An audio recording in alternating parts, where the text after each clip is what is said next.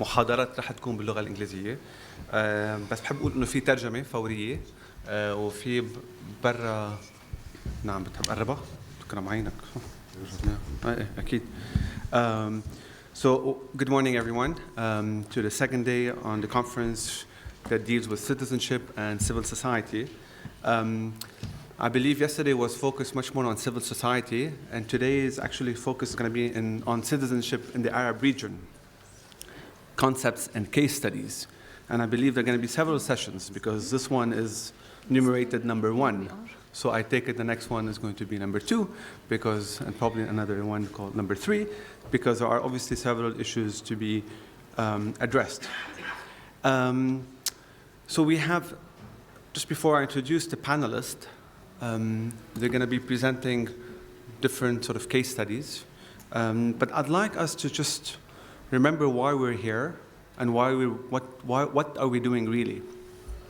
And I'd like to take this occasion just to remind everyone that these case studies ought to help us to think about the issues of citizenship in the Arab world. Where do we go from here? What do we really need to understand? What's the next step for us, conceptually, academically, empirically, and even actively? This is really, really important. At the end of the day, we're not here simply just to listen to these case studies, as much as they're going to be rich, and I hope they are, but to actually think the way forward. So it's very important to just contextualize the issue for us, so we're all on the same sort of page. And I really, really encourage discussion to go in that direction of how these cases inform us. What do they tell us, and what do they leave unaddressed so we can think for a future research agenda? I cannot expect these papers to be addressing many, many issues, but they ought to sort of basically spark some ideas for the future. So enough of that. I'm going to introduce the speakers. We have 3 papers. The first paper is going to be presented by Omnia Rajab and Asma Najib. They're going to be talking about, the title of the paper is Egyptian Citizenship and Arab Solidarities, Changing Dynamics After January 25th. Ms. Omnia Rajab, she has 10 years of experience in professional engagement in the field of development, particularly in Egypt, Jordan, and Lebanon. And Dr. Asma Najib, she's a freelance research consultant in Cairo, where she has recently started Ziyara, an initiative that encourages school children to learn through alternative and interactive means about history. I'm going to give them 15 minutes. The rules of engagement is as follows. We have 15 minutes only. I have 2 wonderful cards. One is yellow, says 2 minutes left, and one red, meaning they have to end their sentence. And on that note, I'm going to give you the floor. And I guess you'll be starting? Yeah. Please, go ahead. Okay, in the beginning, we just want to show a short video. الله ترفع لنا الاسعار ونسكت. غزه ايه ونيله ايه؟ بلا غزه بلا مصيبه بلا نيله بلا هباب. الله ده احنا من سنه 48 واحنا واقعين في الدم بسبب ناس باعوا قضيتهم. هم باعوا نفسهم اصلا. واحد بايع نفسه اروح له اقول له لا والنبي عشان خاطر ايه يا سياده الرئيس؟ يا سياده الرئيس انت هتعلي لي السكر توصله قلب، انت عايز تموتني بالحداقه؟ الله ايه؟ أنا عايزة حد يدي للرئيس بس تقرير بموائد الرحمن والناس الكتير اللي بتقعد عليها يا دكتور، بدل ما يبعت لشعب غزة يبعت للناس اللي قاعدة على موائد الرحمن مش لاقية تاكل. مش احنا أولى اللي يعوز البيت يحرم على الجامع. معلش يعني. ما أنا عندي هنا في مصر هم ما ينطم. أنا عندي 3 سنين. قوافل أهي يا دكتور. قوافل الخيبة. أهي إهداء من الشعب المصري. لا ما هي والله ما هي إهداء من الشعب المصري. والله الشعب المصري ما ليه دعوة باللي بيحصل. طب والله ما هي إهداء من الشعب المصري. Okay, that's enough of this.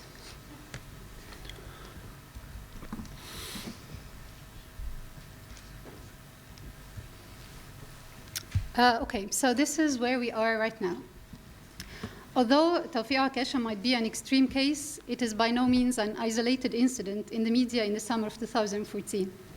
The question we ask in our paper today is, how did we actually in Egypt get to this point? We ask, through a review of various Egyptian media sources in the print and on TV, how did the identification of Egyptian citizens with other Arab issues change in the last 4 years? This question is important to ask in a conference that addresses citizenship after the Arab revolutions for more than one reason. First, what the term citizenship actually means in any one place depends on the particular local history and politics of its usage. In the context of post-January 25 in Egypt, the term citizenship has come in its practical use in the media to refer to the duty a person has towards the state. At certain critical junctures in the past 4 years, it was enough to scan daily newspapers to come across many of these spontaneous cases where the honorable citizens, or al-muwatinun al-shurafa, as they were perhaps coming to be affectionately known, have taken matters into their own hands against a perceived act of aggression or a so-called act of treason against the state. The examples actually abound. The duty of citizenship, one that is nurtured by the media, is in turn, and due to a growing ultra-nationalistic sentiment, is becoming less and less likely to align with one that is sympathetic to or in solidarity with Arab causes. This resulted in detachment, if not outright hostility, in some cases, towards both Palestinians and Syrian refugees who are living in Egypt. In other words, there's an effort to, at all costs, reach and apply an Egyptian identity that is based on a political consensus that excludes the possibility of fluidity or a wider inclusiveness. Second, tracing the changing identification in the media among Egyptians with Arab issues allows us to address the interplaying dynamics shaping the knowledge of nationalism, identity, and citizenship. Nationalism is, in essence, a cultural and constructed concept that binds people on the basis of a shared identity. We ask, how is this national identity held by the Egyptian public being shaped now? And how does it reflect on citizenship? Over the next 12 or so minutes, Omneya here will take you through some of the scenes which would help our research question come to life. She will review some of what we consider as turning points in the identification with Arab issues in Egypt.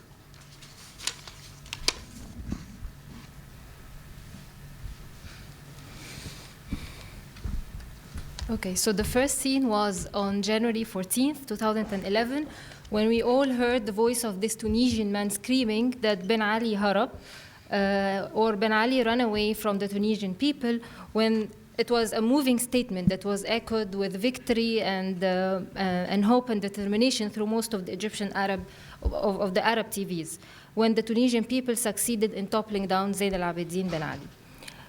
This Tunisian success was at the time a source of inspiration for the Egyptian people who, by their role in less than 10 days after, succeeded in overthrowing Hosni Mubarak on February 11th. Having this in less than 10 days, as said, and expanding in a domino effect in Syria, Libya, and Yemen, portrayed a pan-Arab movement at the time, how it was perceived as a pan-Arab movement. On January 25th, again, this sense of pan-Arabism was reflected in different incidents where the display of different Arab flags was always there in Tahrir Square, specifically also the Palestinian front, where Palestinian flags were all over Tahrir Square, showing an intertwined faith and solidarity with the Palestinian people. Similarly, in other Arab streets as well, there was a perception, there were different demonstrations also in solidarity with the Egyptian revolution in Gaza, in Tunisia, again reflecting a strengthened sense of solidarity at the time. In Egypt, different examples came to reflect the solidarity with the Palestinian causes. One of the examples was the different marches and demonstrations that came into place on May 15th at the memorial of the Nakba, which was not really addressed before January 25th. Additionally, there were calls for a march to Gaza again in the same memory day to again strengthen and re-emphasize the solidarity with the Palestinian people. Relatively, again, the Israeli embassy was another example in August 2011, where a massive demonstration also took place and this incident was then called the flagman incident. The flagman was a 23-year-old person who succeeded to climb the Israeli embassy and remove the Israeli flag to replace it with an Egyptian flag at the time. While this could be perceived as an ultra-nationalistic or an ultra-perception of the Egyptian nationalism, it again reflected an embedded sense of solidarity because the Palestinian flags were all over the place at the same time. In this phase, actually, specifically, the public opinion was a bit stronger, or was strong enough to affect the media discourse and its perception on the Arab solidarity and the Arab identification. It was also somehow effective in implying certain public policy changes, such as the implementation of the citizenship law, granting the children from Palestinian mothers to gain the Egyptian nationality. Additionally, some promises to reviewing the Camp David Treaty were also announced during the time, although they were not met, but at least it was the media and the official discourse was somehow responsive to the public opinion. During the early days with this pan-Arab sentiment, many participants of the revolution actually viewed or believed that a stronger Egypt would be reflected in a stronger Arab region in general. And this was supposed to come with a democratic Egypt. And in June 2012, after democratic elections, Mohamed Morsi came in office.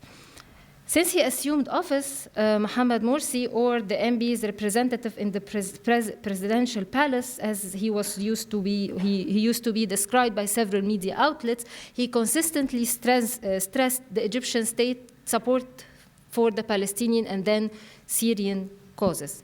This was very much aligned at the time with the solidarity movement supporting Palestine, which was strongly encouraged by this official discourse to even expand, especially after the Hisham Andil, the prime minister at the time, visiting Gaza. However, the strong ties between the MBs and Hamas allowed Morsi to show this strengthened role for Egypt in the peacemaking between Fatah and Hamas. This was another example of how the Egyptian state played somehow a strong role on the Palestinian front. Morsi emphasized his support also to the Syrian uprising, which is again justified by the participation of some MBs affiliates who were fighting the Syrian against the Syrian president. At the local front, as a reflection, Syrians were best treated. The time of Mohamed Morsi, the Syrian refugees in Egypt, they experienced their best time at the official as well as the public level. At the official level, there were different presidential decrees, and presidential, not ministerial decrees to allow Syrian refugees access to Egyptian schools and healthcare services without providing any documentation. Legal documents. However, throughout this paper, although these actions, they reflected a pan-Arab sense or a sense of Arab solidarity, the actual case was, however, an emphasis of MB's ideology rather than strengthened Arab identity. Although these pro-Arab acts gave Morsi some popularity at the time, this did not last for long. In addition to the different political incompetencies and day-to-day challenges experienced by the Egyptian people, the social, religious, and cultural conservatism propagated by the official discourse gave the impression or developed this sense of threat or danger against the Egyptianness or Egyptian identity, implying a de-Egyptianization for Egyptians. And this is how it was even emphasized by the private media, that by the rule mobilized and supported people to go on the June 30th revolution, or the June 30th uprising or movement against Mohamed Morsi. So in this, although people, they generally went against Mohamed Morsi for different reasons, however, this portrayed sense of de-Egyptianization portrayed by the media had a very effective role in supporting this movement. So on June 30th, in spite of having Nasser's pictures all over the place in Tahrir Square and in different demonstrations, this was the beginning of a most weakened Nasser's doctrine of Pan-Arabism. Instead of the unified Arab identity that united Arab streets at the beginning of the Arab revolutions against Arab rulers, June 30th reintroduced the other as the MBs or the Islamists and all what was associated with, including the Palestinians and the Syrians causes. This ultra-nationalistic spirit became actually hysterical throughout time and continued to control most of the Egyptian public and private media that played the most impactful role in this phase. Then we had Rab'a sit-in. This anti-Arab sentiment got even stronger during this phase or after the Rab'a sit-in as rumors of the Palestinians and Syrians joining the MB's sit-in. There were different rumors, accusing the Palestinians and Syrians to be joining the MB sit-in, which was not really proven by the media veterans. However, the only argument was that the Dabka dance was performed during these protests, which was enough for the media veterans to argue that all Syrians and all Palestinians are against the Egyptian nation or the Egyptian people. The media discourse actually got more and more antagonistic and more hostile, leading to some extreme cases where Syrians and Palestinians were threatened on air by different media people. Similarly, calls also for attacking Gaza were all over the media, especially after the different terrorist attacks on Sinai, where terrorism became Hamas and Hamas became Palestine. So this situation left minimal room for any solidarity movement, explaining why minimal support came from Egyptians during the attack on Gaza in the last summer. It was only pure Egyptianness that was the accepted notion of identity. The last scene actually was how it was the first time to spot pro-Israeli sentiments among some Egyptians in post-Rab'a social media, reflecting how some Egyptians, they feel somehow identified with Israel against some Arab people. Okay, now to return once more to our original question. We had asked, from a review of various media sources in the print and TV, how did the identification of Egyptian citizens with other Arab issues change in the last 4 years? Dramatically. We have moved from identification, sympathy, and solidarity to a situation of extreme hostility, in some cases against Arabs living in Egypt. The situation now became one that is about Egypt's preservation against perceived outside dangers, risks to its stability and its security posed by outsiders linked to the Muslim Brotherhood and their associates who conspire against Egypt. At the end of our paper, we want to reiterate that as Egyptians and as participants in the Jan 25 revolution, we have not probably offered a completely objective representation of the Egyptian people or the media in our research. What we aim to do, however, is to start our research by shedding light on the most striking aspects of the Egyptian identification with Arab issues. We wanted to emphasize at this stage that we do not offer conclusive statements. Given this polarized context and the specificities of this very volatile moment, we are nonetheless trying to closely observe these shifts and the directions they are taking. Finally, we believe that the study of citizenship and the roles of citizenry would greatly benefit from a focus on identity and the factors that influence its formation, especially when it comes to the role of the media, which is emerging as a powerful actor in this context. Thank you. Great, thank you so much, and for sticking to the time, actually, perfect timing. What I think is really important in this paper is really, it does shed light on the complexity of these issues that you've just mentioned in terms of citizenship, religion, Pan-Arabism, Egyptian identity, and I'd love us to, in fact, and the participants to actually sort of think about, okay, what does it really mean for Egypt? What does it mean for citizenship, given now that citizenship and identity are sort of intertwined? I'm going to move to our next panelist, Dr. Patricia Sasnal, who will be talking on religion, democracy, and women in Egyptian textbooks before and after 2011. She's the head of the Middle East and North Africa project at the Polish Institute of International Affairs in Warsaw. Patricia, the floor is yours. Should I move over? No. Oh, you need a... Should I have a presentation? Sure.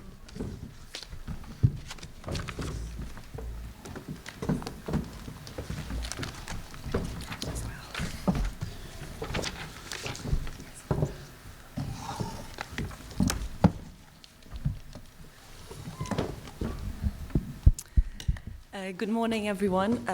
It's a pleasure to be here, and thanks for the organizers for inviting me. I guess it's not natural for a Paul to be talking about Egypt and Egyptian textbooks, but this is what I did last year. I researched the changes specifically in teaching modern history in Egyptian textbooks before 2011 and after. And out of that research, in which I found that there's an abundance of nationalistic and militaristic content, came this paper that I'm presenting to you today.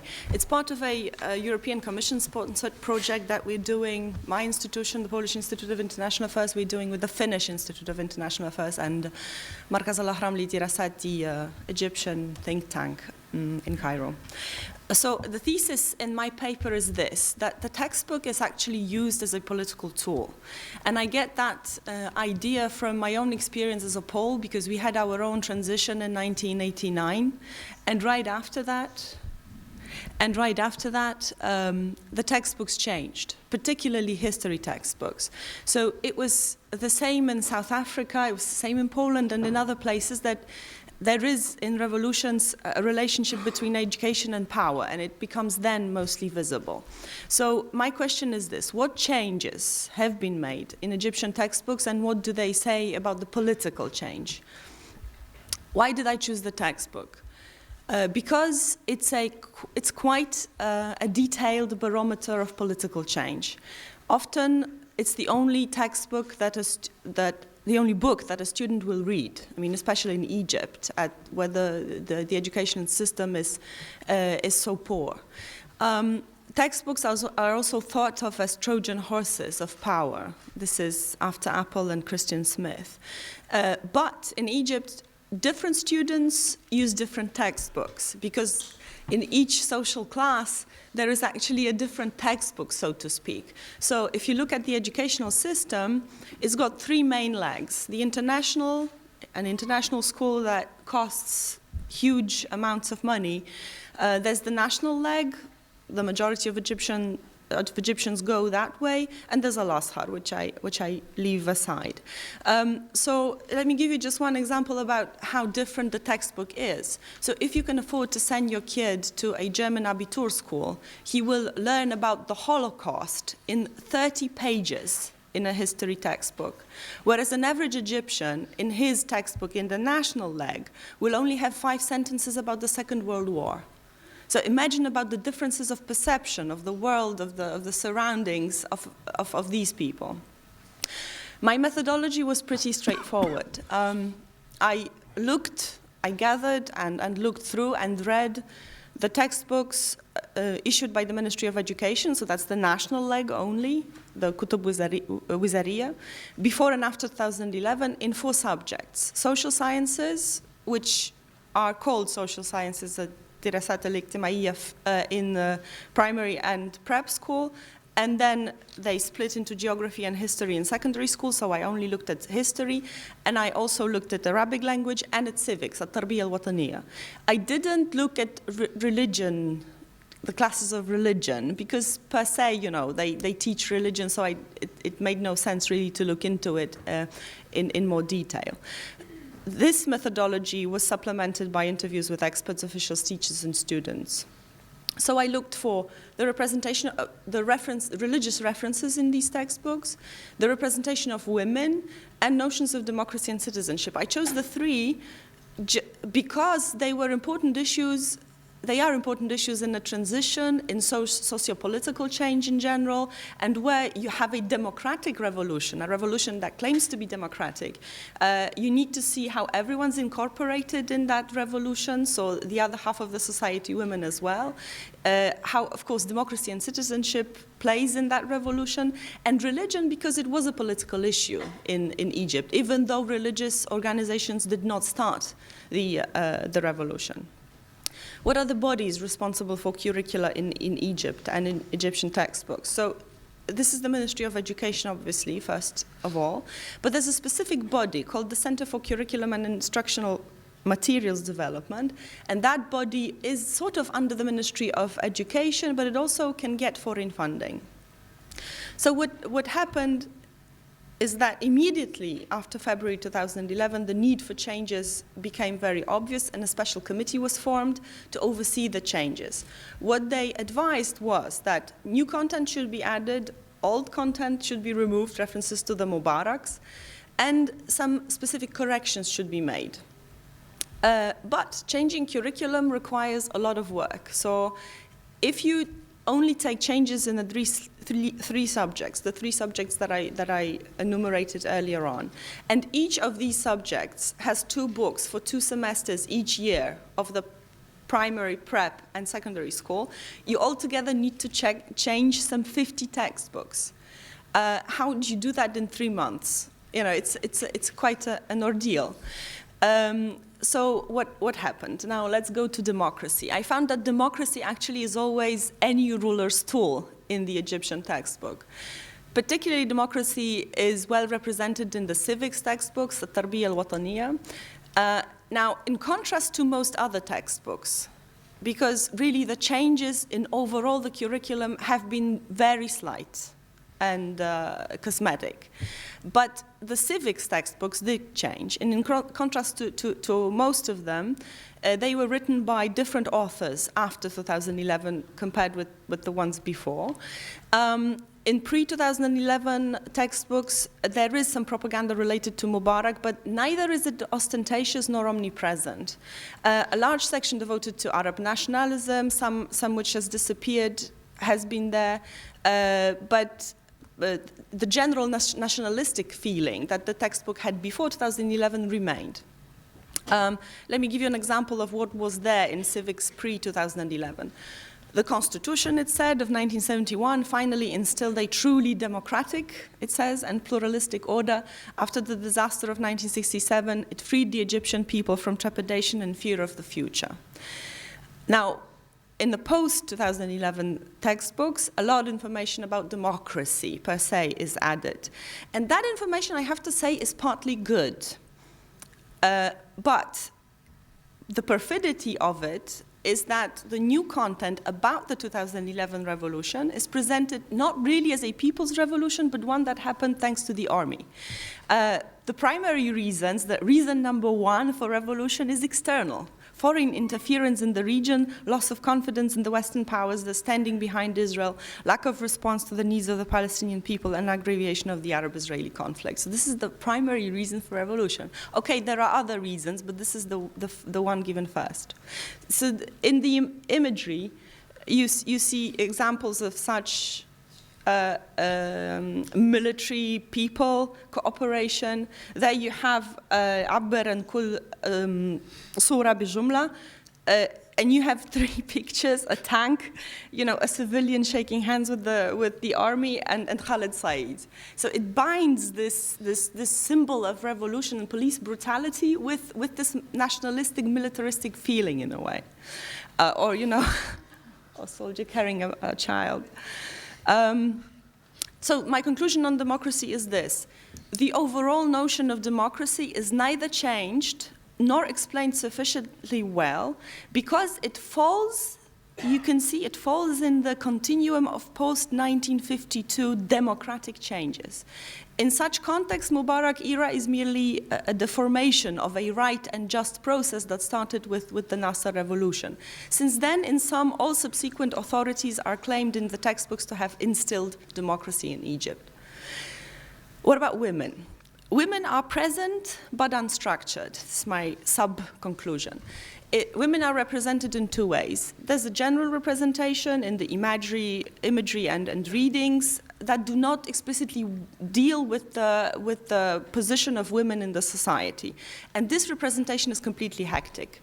So one textbook will have the family where the mother is veiled, but another textbook for the same year, but year 4, let's say, will have a mother that is not veiled and is blonde, or it's a complete mess in these terms.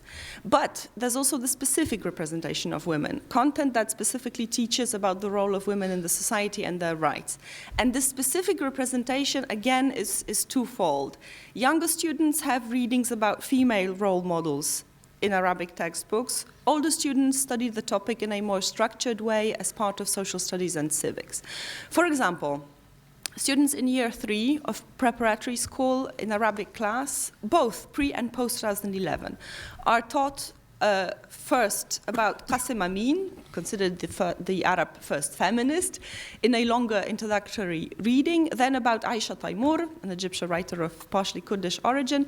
However, the text only informs about her writing and language skills, leaving out her social activism. In the next class, there's a whole topic is devoted to Samira Musa, a nuclear scientist with a doctorate, first female professor who's praised for her work for the country through scientific achievements. So there is a lot of good content, you would think. Now, what changed? So this was both before and after. But what were the changes in terms of women representation? Here's an example. Really, the text hardly changed at all. A sentence may be changed, but it doesn't really seem like it's a structural change. The imagery changed. So for instance, on the right here, you have, this is social studies, year 3 preparatory school. You have Mubarak and Susan Mubarak standing in front of him, and this picture in the background changed to this picture, an average woman sort of voting. But the chapters are devoted to the rights of women in the society and in politics. This is an interesting example. So this is before 2011, okay? The 2010-2011 textbook, Social Studies, Year 3. The 6 women represented in this chapter about the role of women. You see them, Daria Shafiq, Hikmat Abu Zaid, Aisha Ratib, Amal Uthman, Tahani Al-Jabali, Susan Mubarak. Now this changes into this. So out of the 6 pictures, you have 4 changed. Certainly Susan Mubarak needs to go. But others need to go as well because they were sort of promoted during the Mubarak times. That you see that the authors are not sure what to do exactly, just in case someone thinks badly of this choice, they choose different women. So Daria Shafiq and Hikmat Abu Zaid are still there, while the others are replaced with Huda Sha'rawi, Nabawiya Musa, Samira Musa, and Aisha Abdurrahman. Even though the last 3 are not mentioned in the text, because the text stays the same, apart from removing Susan Mubarak. And this is the most recent textbook. It looks like a reversal to the pre-2011, if you see. So Susan Mubarak obviously is completely gone.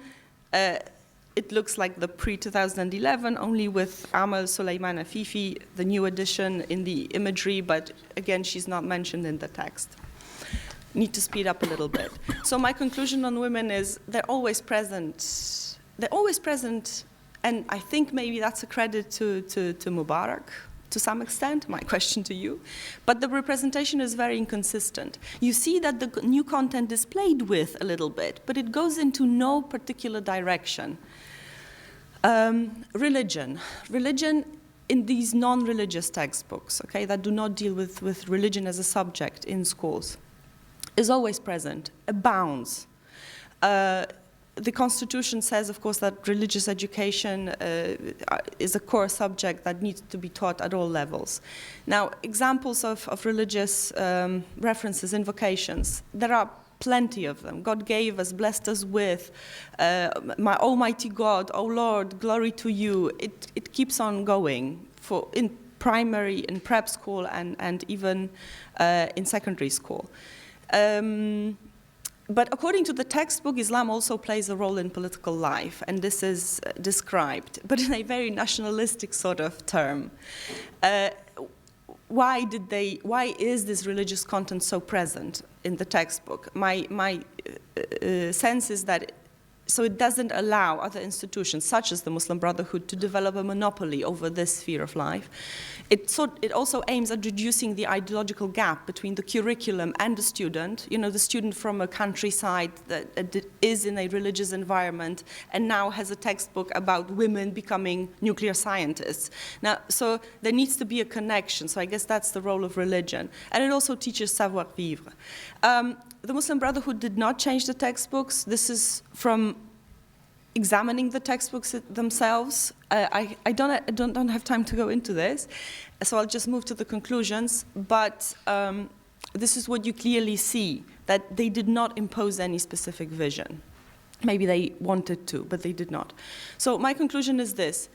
There had been no vision before 2011. There is no vision now in the textbook, and so there couldn't have been a substantial change. All changes are cosmetic.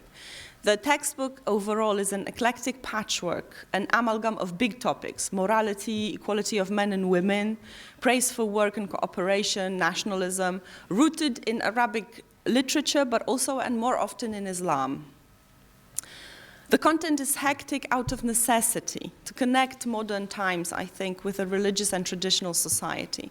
In a way, the textbook is an emanation of the Egyptian society. This is my last sentence. The textbook message, however, is so bizarre. It's traditionally modernist, religiously nationalistic, patriarchally feminist, to save the credibility that it really needs to shape young people's opinions in reality. Thanks. Thank you, Patricia, for this interesting presentation and for using textbooks as a way to sort of portray the changes or lack of changes happening in Egypt. I'm actually surprised that they tried to change these so quickly. I thought these things will take time, but it was a big topic. Yeah, it's wow, interesting. More on that later on. I'm going to move to our third paper. We have two panelists who are going to be presenting it. We have Ms. Leila Abalan and Mark Bracher. A tale of two trade unions, how contrasting historical legacies have dictated the roles and actions of trade union federations in post-revolutionary Tunisia and Egypt. So now we're moving more on the trade union, the labor movements, and Leila Abanan is currently the project coordinator of the Social Justice and International Relations with Tracks in Development Policy in the Arab World project at the Issam Fares Institute for Public Policy and International Affairs. And Mark is a co-editor-in-chief of the online magazine Comment Middle East and is currently applying to study for a PhD entitled How Social Justice Imbalances Fuel Radicalization into Violent Extremism, a Sunni Lebanese Case Study. We've got 15 minutes. Thank you. Because we only have 15 minutes and this is a very broad topic, so we will touch upon the basics and then in the discussion we can go over more. This is to say that this is in a bigger, we're presenting the trade union as a case study in a bigger kind of agenda for active citizenship. So we will conclude with why we chose that and the way forward, but first we'll start with the Tunisian model with Mark. Okay, so yeah, to start this case study on labor unions, we decided to look at Egypt and Tunisia because they both experienced a very similar political crisis during 2013, but with wildly different outcomes. So the case of Tunisia, the Union Générale Tunisienne de Travail, or the UGTT, which was Tunisia's main trade union federation, stood out from its equivalents across the Middle East because it's always been more than a workers' movement. It has roots in the Tunisian independence struggle against France, whereby it played such a significant role that it's played a central role in the peace talks which led to independence. Furthermore, the movement has continued to burnish such political and nationalist credentials during the regimes of Habib Bourguiba and Ben Ali, This included on numerous occasions whereby they stood up to neoliberal policies which would have impacted negatively on the quality of life of Tunisian civilians. As such, they became established as a go-to political power in times of political crisis and a widely respected political player across social class and boundaries. Furthermore, though occasionally co-opted by the regime, the local committees of the UGTT were perennially militant. Because other parties were suppressed, the UGTT became a front for political activists of all stripes. As such, while the ETUF equivalent in Egypt was co-opted long-term and suffered its credibility, the UGTT remained a credible force due to the activism of its local constituents. Next slide, please. The UGTT also benefited from the fact that in the Tunisian political crisis, there were few other credible actors who could have played the same role that it did. This has much to do with the peculiarly apolitical nature of the Tunisian army, in stark contrast to most of its neighbours. The army, unlike most Arab states, the army played no role in the political crisis, to the extent that it's been said that the army has no organic link to the political project in Tunisia. Furthermore, due to regime paranoia of military coup by Bourguiba and Ben Ali, the army was always pushed to the political and geographic boundaries of the state, usually involved in peacekeeping operations abroad. And the military cadres were sent to American academies where they're imbued with democratic ethos in civil military affairs. As such, they had no intention of playing a role in the political crisis of 2013, and moreover, they were not expected to play a role. And as such, the UGTT was given the option and the invitation to be the first party to mediate in this political crisis. As well as this, the state of the political opposition was simply inadequate to deal with the political crises in Tunisia. For a start, with the suppression of all political parties except the UGTT during the reigns of Ben Ali and Bourguiba, there was no political culture or experience of these political parties. Most of their hardline activists had been involved in the trade union levels locally instead. And so when it came to post-revolutionary activism, it was the go-to role of the trade unions, not the political parties, to mediate political conflicts. They had neither the legitimacy, the popular power base, or the experience to do so. Furthermore, the political parties were often tainted by being anti-Islamist, openly so, and also by the presence of former regime members. The UGTT was largely vaccinated against such accusations. Firstly, due to its umbrella role as an activist force during the regime time, there are many Islamist figures in the local unions, which gave the UGTT a chance to present a veneer of being wholly neutral. Moreover, the role that the UGTT local committees played in the revolution itself, and the role played by the UGTT in general in preventing the entrenchment of deep state actors following the revolution, allowed the group to present itself as a veneer, as a protector of the revolution, the people's rights, and finally a mediator of the provisional authorities. Lastly, the UGTT and Tunisia in general benefited from events outside of the country's control. Tunisia's political crisis came on the heels of Egypt's similar crisis, and immediately there was great enthusiasm in the country to follow the steps of Egypt. Less than 24 hours after the deposition of Morsi, the Nido Tounes party demanded that the Ennahda government step down too in Tunisia. However, as the military coup took its toll and gave way to widespread repression in Egypt, the Tunisian parties on all sides, both Ennahda, both the trade union federations and both the opposition parties, all concluded that a peaceful mediation was necessary. And so the UGTT, with its popular legitimacy, was given the invitation and the political will to carry out this mediation. I'll now hand over to Leila, who will talk about the Egyptian example. So the case of Egypt is not as clear-cut, so excuse me if I have to read a little bit, because in Egypt you have the ETUF, which was established under Jamal Abdel Nasser in 1957, and it's known to be an arm of the regime. So I'm quoting here Hiba Shazli, who says that the main mission of the ETUF is to suppress workers' demands for better working conditions and wages, ensure that they toe the government line, and thus keep them in their place as loyal supporters of the regime. This was kind of a social contract under Jamal Abdel Nasser that traded labor submissiveness to subsidiaries in living expenses. This was falling apart starting under Anwar Sadat and then very much so under Hosni Mubarak, as IMF structural adjustment policies were we're abolishing those essential subsidiaries.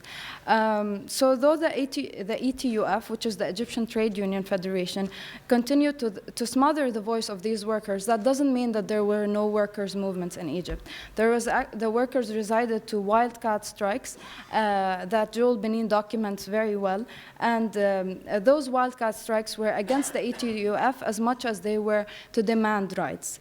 One of the key kind of players in this wildcard strike is the Independent General Union of Real Estate Tax Authorities under Kamal Abu Aita, which in 2007 staged a strike that where workers gained 200% increase in their salaries. So we'll go back to why this was important.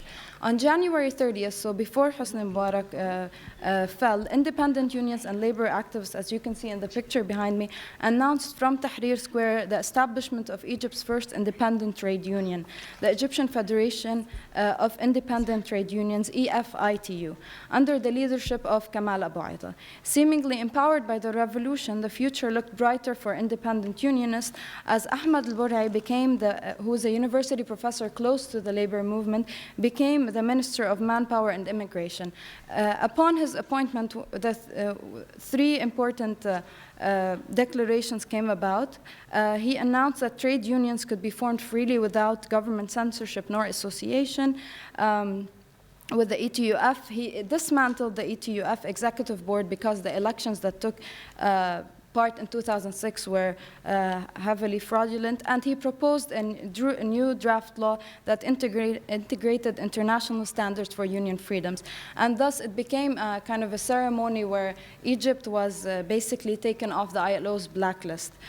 Despite this declaration, the new Trade Union Federation existed in a state of legal limbo, as the law of 35 of 1976, which outlawed the creation of independent unions, was never repealed. So basically, the majority of what Burhai proposed was more ceremonial than it was implementable. This situation was made worse by the failure of Burhai's successor, Fathi Fikri, to pursue and ratify Burhai's declaration. Strikes by independent unions continued, but they were swiftly crushed by the SCAF. And new unions struggled to collect dues, as the ETUF kept its right to collect dues directly out of Egyptian workers. The other point is the relationship between labor and the Muslim Brotherhood. So when the Muslim Brotherhood came to power, it had already a bad historical legacy with the labor movement. Established in 1928 as a reactionary movement against secular nationalism, the Brotherhood started to move more into politics in 1943 after the arrest of Hassan al-Banna, its founder. The group soon garnered strong counter-regime credentials and disaffected members of the middle class, such as professional syndicates and small bourgeoisies and business owners that were usually excluded from previous regimes. This provided an alternative front for the discontent at the middle class level, filling a vacuum that otherwise the labor movement would have filled. Thus, the historical legacy also, which is very well documented again by Joel Benin, it talks about the Brotherhood being an anti-strike movement, really, and the strike being one of the major components of the labor movement, because according to their interpretation of Islam, strike is a form of fitna, and it causes social tension, and it causes losses to landowners and to factory owners that are usually Muslims, so it's haram. this goes back to a huge battle we can discuss more in the Q&A that happened in Shubra al-Khayma in 1946 that caused a schism really between the Muslim Brotherhood and the labor union. So when Morsi came to power, it was clear that the anti-strike legacy would continue. And what Morsi, he declared a law, a decree called Decree 97, that amended the law regulating trade unions, removed all office holders of the ETUF that were above 60. So he tried to gain control of the ETUF, basically to claim again it as a form of suppression. So as Dina Bshara puts it, trade union affairs have thus emerged as a major arena of political struggle, rendering the organizations themselves the targets of political contestation rather than drivers of reform. The labor and the military, which is a third thing to talk about. As mentioned, a primary reason why the UGTT was able to play this pivotal role is because of the apolitical nature of the Tunisian military, which is clearly not the case, as we all know, in Egypt. With the labor union frequently keeping away from the political kind of field due to the state legacy that usually accepted socioeconomic demands but kept the political ones aside, the military became the only kind of power to take over. And don't forget also the army had led the independence struggle against the British forces, so it built itself of that legacy as a defender of the Egyptian state and all that, unlike the Tunisian model. So the military tactfully used that as a carte blanche to deal with labor by painting labor protests as a threat to Egyptian stability, disruptive to the country's post-revolution economic recovery. There's a lot written about how the military used the sentence هذه مطالب فئوية to kind of talk about how the Egyptian labor is something and the Egyptian people is something else to a certain extent. The Egyptian as we have observed, despite basically this brief euphoria and optimism following the overthrow of Mubarak, the Egyptian labor movement was swiftly sidelined from the political stage by an unholy alliance. When they saw the chance to remove Morsi, again, the Independent Egyptian Trade Union Federation, along with many others, mobilized to collect signatories for the Tamarrud petition. You can see here Kamal Abu Aita as the independent leader that we talked about. After the removal of Morsi, he was appointed as the Minister of Manpower and Immigration. This can be seen as a victory for the Egyptian labor movement. However, this was a smart technique by the SCAF to turn the labor movement against itself, as the appointment of Abu Aita caused many divisions within the internal labor movement. I will stop here and we can discuss more about those points, but just to bring this all together and say that how is this related to active citizenship? In our opinion, we think that in order for us to understand how we can go forward, we need to understand what legacies every regime left. And those legacies can be institutional and can be, as we discussed, the regime itself and the deep state. I will also highlight this issue-based demands and the way forward. Can really an issue-based movement be able to flourish in a place where the deep state is so entrenched, or do we need a more holistic approach to the demands that we're looking at? Mark will cover the two other. Okay, yes. So the point we're trying to make is. 1 minute. Okay, I'll rattle through this. So the biggest differences we highlighted in the case of Tunisia and Egypt was a very different political legacy left by their regimes. So the deep state was allowed to remain in Egypt because the deep state was so powerful in the first place. In Tunisia, there's no legacy of military involvement.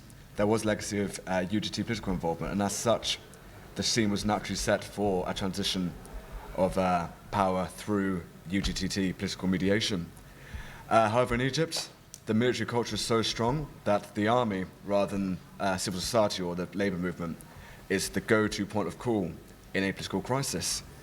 This essentially flicks a reset switch on any crisis, which means that rather than learning to mediate, rather than learning to make concessions. Instead, there is a sort of zero-sum dimension to Egyptian politics. Our final concern or question raised was, to what extent in a non-democratic society can a vibrant civil society really play a role against deep state actors? And is it better to have a single large-scale movement with mass mobilizing power, appealing to multiple causes? Or is it better to have multiple smaller civil society groups, more focused but with less mobilizing power? Thank you very much. Thank you, Layla, and thank you, Mark. Great. So just before I open it to questions, I think my understanding of citizenship really rests on the fact that you have predictable and enforceable rights. And these rights usually are not granted by the state as much as they're won, you know what I mean, from the state through struggles and upheavals. And I think the Arab Spring sort of gives you this really nice notion of what people actually want, the dignity, social justice, and ultimately the citizenship rights, which we are ultimately deprived of, either in our authoritarian regime like Tunisia and Egypt, or even in cases like Lebanon, which is pseudo-democratic, I would say, where people are really not considered to be citizens by the political elite, but as clients. So moving from this sort of relationship between the individual as being a client towards the state to becoming a citizen with rights, to me, what do we learn from these cases? And how do these cases shed light to this issue? We have three different sort of angles. I think from the first paper, they've highlighted the complexity of citizenship and how it's intertwined with religion, discourse, with PanArabism, with ultranationalism later on, to the textbook and how do textbooks as political tools actually manifest these things. And I would like to also hear from Patricia, for example, how these rights were, if they were ever addressed in these textbooks, you know what I mean? Did they change or no? I mean, these were not something that they actually spell out, because one of the panelists mentioned citizenship as a duty towards the state. But the question is, to me, is also should be the other way around, is what should the state protect? What are the rights that the state ought to protect? And the last sort of paper obviously brings up the issue of trade union, which ultimately are the sort of a very important vehicle for rights. And we know many rights have won on the back of trade unions in Europe and other places in the world. What is sort of the role? Could they play a role on this? So ultimately, I'll leave you with just two big questions that I'd like the audience here with us to sort of help and ask questions regarding what do we learn about citizenship from these cases? Where do you think we should go from here? What would you have liked to see from these papers? Because ultimately, we're here to think of a research agenda for active citizenry. In any case, thank you again, and I'll open the discussion now. So please, you have 1, 2, 3, please, and 4. Diagonally after each other, please. And the second one. Okay, please. my question is for... Introduce yourself, if you don't mind, quickly. So Habib Shaban, I'm an academic and a researcher. So I'm not affiliated. This makes you feel better. Okay, so my question is for... it's a question, and actually I'm creating a thread between your case and the textbook, because I think there's something that was added in that textbook. So I'll start with you. First, I have some comments about this video you had at the beginning. Now, I don't know how representative is this Okasha, that's his name? Yeah, Okasha of the Egyptian population. And what's the viewership of this TV station like? Are there any statistics on the issue of viewership? And are there any statistics on the public opinion about the national sentiments pre and post the revolution? Because yes, I can see that these are important, but it's important to understand these in terms of numbers, just for me to have an idea. Now, As for the Nasser, where you mentioned a picture, one of the pictures with Jamal Abdel Nasser, and you said he played a role, but I think Jamal Abdel Nasser has played a fundamental role in the June 30th revolution. His video, I don't know, I was as an observer of the revolution on Facebook and on social media, I would say that Jamal Abdel Nasser's speeches were recycled in a very heavy manner. And that was something to be seen. There was a relationship created between Jamal Abdel Nasser and Morsi, so that was also something to be added. And that's what was added in the history book, Jamal Abdel Nasser and militarization. And that's a very important addition to the history book. The revival of the content of Jamal Abdel Nasser into the history that is being taught at the local schools. And that brings us here to citizenship, which is our issue. Because if we want to look at the relationship between territorial independence, security, military, and the people, in my opinion, these were seminal in the constitution of citizenship in revolutions as the French Revolution. So we really cannot eliminate the role of the military and the people to unite over a territorial entity, as the military actually provides security. And security is so important. So if you want to look at the triangle between security, territory, independence, and citizenship, I think there's a strong relationship created here. Very good. Thank you so much. Please. Hi, everybody. My name is Paula. I'm